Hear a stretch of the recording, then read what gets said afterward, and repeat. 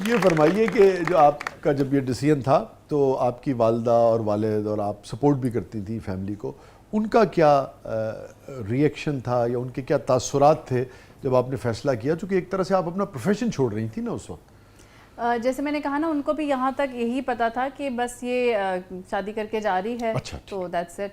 अब्बू जो थे ना, अब्बू की बहुत ज़्यादा फिर आहिस्ता आहिस्ता सपोर्ट होना शुरू हुई। अब्बू मेरे हमेशा सपोर्टिव रहे हर लिहाज से, क्योंकि हम 3 बहनें हैं और सबसे छोटा फिर एक भाई है।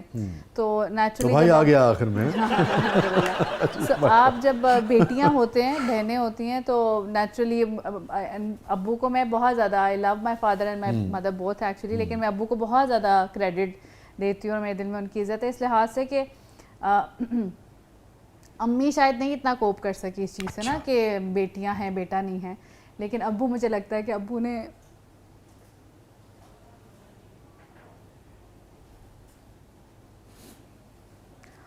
इस चीज़ को कभी इतना नहीं महसूस किया। अम्मी को भी कभी उन्होंने इस तरह, मैंने कभी भी, मतलब आप नेचुरली झगड़े देखते रहे उनके जब आपस में होते थे, तो ये मैंने कभी कोई ताना उनके ज़बान से, मुँह से नहीं सुना कि उन्होंने ये बोला हो कि तुमने तो मुझे बेटियाँ दी हैं, बेटा नहीं दिया। इवन जब शोबिस का भी डिसीजन था तो तब भी अब्बू ने हमेशा बहुत सपोर्ट किया, प्रोटेक्ट किया, साथ रहे। और जब फिर शादी का भी डिसीजन था तो उसमें भी अब्बू ने बहुत ज़्यादा सपोर्ट की, क्योंकि आउट ऑफ कास्ट शादी थी, पसंद की शादी थी, तो नेचुरली, लेकिन अब्बू ने बहुत साथ दिया अल्हम्दुलिल्लाह। और फिर जब ये वाला डिसीजन भी लिया, और सिर्फ मैंने ही नहीं, कुछ अर्से बाद मेरी बहनों ने भी फिर ये डिसीजन लिया कि उन्हें भी हिजाब स्टार्ट करना है। उस वक्त उन्होंने इनिशियली हिजाब ही स्टार्ट किया था। सो अब्बू ऐसे थे जैसे हम बचपन से पर्दा करती हूँ, इस तरह वो हमें सपोर्ट करने लगे और हमें प्रोटेक्ट करने लगे। घर में कोई आ जाता था तो फ़ौरन अब्बू जो है वो जाकर उनको थोड़ा सा ना डांटते थे, क्योंकि घर में पहले माहौल यही था ना कि बस जो भी आ रहा है तो बस बेल दी और अंदर आ गए।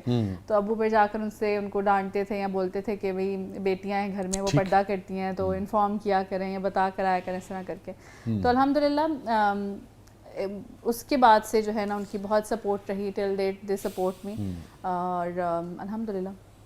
मैं एक तो आगे बढ़ने से पहले जो आपके वालिद साहब हैं उनके लिए बहुत मैं चाहूँगा कि उनकी बहुत तौसीफ़ करनी चाहिए, क्योंकि कई ज़माना हम देखते हैं कि हमारे माशरे में, अभी हम 80s 90s की हम बात कर, ये प्रेशर सारा हमारी ख़वातीन पर आता था कि भाई ये बच्चियों का और ये और औलाद नरीना और ये अलग बात है कि घर की ख़वातीन ही बाज़ औक़ात तो प्रेशर भी डालती थी, आप जानती हैं मुझसे बेहतर।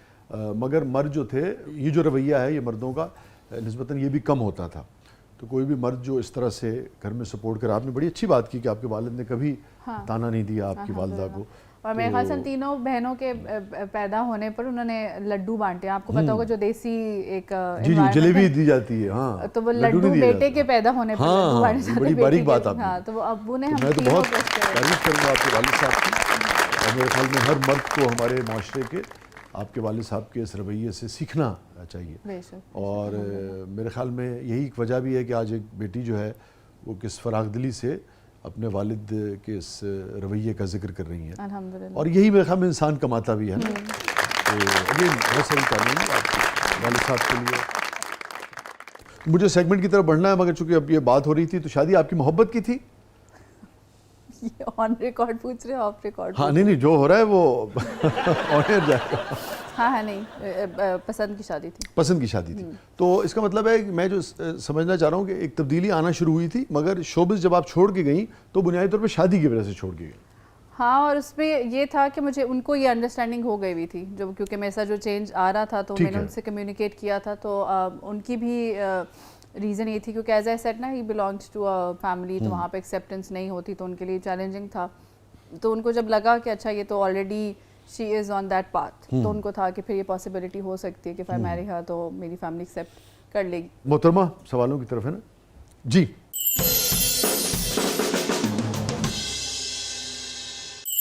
सारा साहिबा, आपने वैसे तो काम छोड़ दिया है, लेकिन अगर आप काम कर रही होती तो कौन से एक्टर के साथ काम करती? और जब आप काम कर रही थी तो आपका फेवरेट एक्टर कौन था? पब्लिक भी दूरों सोटी खाने वाली गल करती है। इसके बारे में तो मुझे बिल्कुल कुछ नहीं पता कि मैं अगर अब काम कर रही होती तो किसके साथ करती। आजकल आप टीवी देखती हैं कि नहीं? जैसे मैंने कहा कि उस तरह वाला मैं ठीक है। टीवी तो बिल्कुल भी हमारे घर उस तरह नहीं लगता, वो मोस्टली तो बच्चे ही उसको यूज़ कर रहे होते हैं जो उनका स्क्रीन टाइम है उसके लिए, तो केबल टीवी या इस तरह लगा के हम यूज़ नहीं करते। तो आप आशना हैं इस वक्त जो लोग काम कर रहे हैं उनको हाँ, आप उन जानती हैं। सबका पता है। ठीक नेचुरली मोबाइल यूज़ करते हैं ठीक तो उस पे, और फिर then I follow some of the old friends as well जो ठीक उस वक्त फ्रेंड्स थे, ठीक तो उनको मैं करती थी, तो अवेयरनेस रहती है कौन क्या क्या काम कर रहे हैं। और मेरे ख्याल से सब अच्छे थे, जितने भी लोग थे, चाहे वो फीमेल एक्ट्रेसेस थी या मेल एक्टर्स थे। पॉलिटिकल आंसर नहीं दे रही हूँ बकायदा नाम पूछा था किसी के एक का। अच्छा नहीं, उन्होंने कहा ना कि कौन होता हाँ था हाँ, उस favorite वक्त कौन था और अब कौन होता। हाँ, तो अब मैं वही कहना चाह रही हूँ कि उस वक्त भी सभी अच्छे थे। सभी अच्छे थे, ठीक है। और अब कौन? अब मुझे नहीं पता, अच्छा, क्योंकि उन्होंने कहा कि अगर मैं भी काम कर रही होती हाँ। तो मुझे कौन किसके साथ करती, तो आई डोंट नो। तो जब काम ही नहीं कर रही तो फिर हाँ, है? मैंने सोचा ही नहीं कभी कि अगर मैं कर रही होती तो किसके साथ। वही मेरे ख्याल से जो उस वक्त थे वही बेचारे साथ होते अभी। अच्छा ठीक है, ये बेचारे का लफ्ज़ बहुत अच्छा इस्तेमाल किया आपने यहाँ। जी अस्सलामुअलैकुम सारा, आपका एक ड्रामा चलता था मलंगी, उसका कोई एक वाकया मुझे बताओ।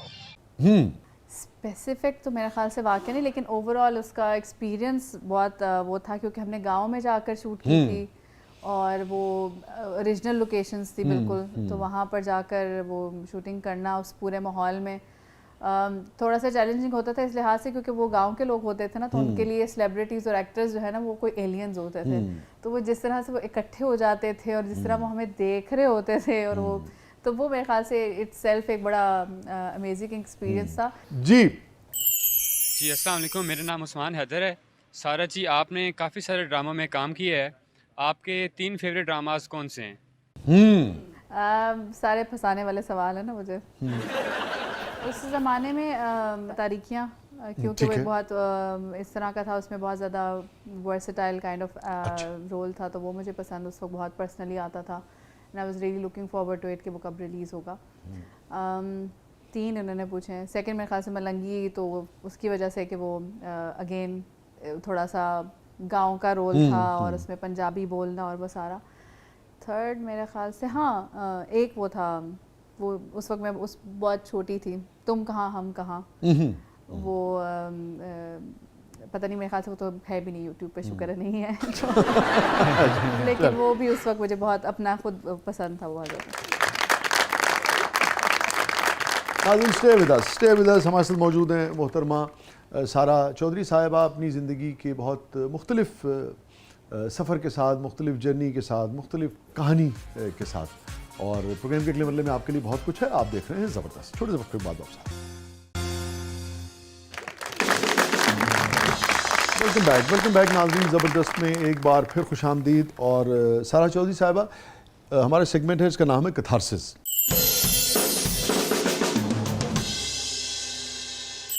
ये फरमाइए, any regret in life? And sometimes लोग ये एक्सपेक्ट कर रहे होते हैं कि शायद मैं ये कहूँगी कि मैंने जो है वो शोबिज़ ज्वाइन ही क्यों किया, शायद इस चीज़ का मुझे रिग्रेट होगा। लेकिन मैं उसको भी ये सोचती हूँ, मैं इस तरह से देखती हूँ कि अल्लाह ताला ने ऐसे ही प्लान किया हुआ था मेरे लिए। शायद वो जो इम्पोर्टेंस या अंडरस्टैंडिंग अब है मुझे दीन की, वो शायद तब ना होती उस अगर रास्ते मुझे से गुजरे बगैर ना। हाँ, शायद मैं उसको उस तरह ना समझती। ठीक है,